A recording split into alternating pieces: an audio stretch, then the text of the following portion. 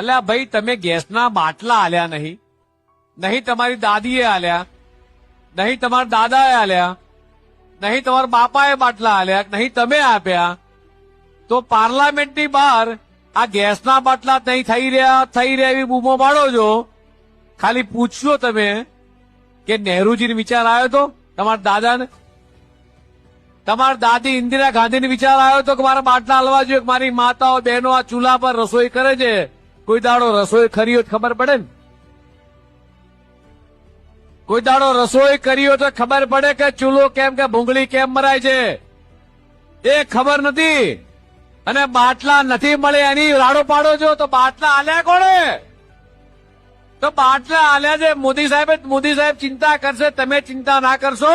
આ ગુજરાતની પ્રજાના, દેશની 140 કરોડ જનતા ની ચિંતા નરેન્દ્ર મોદી સરકાર કરે છે.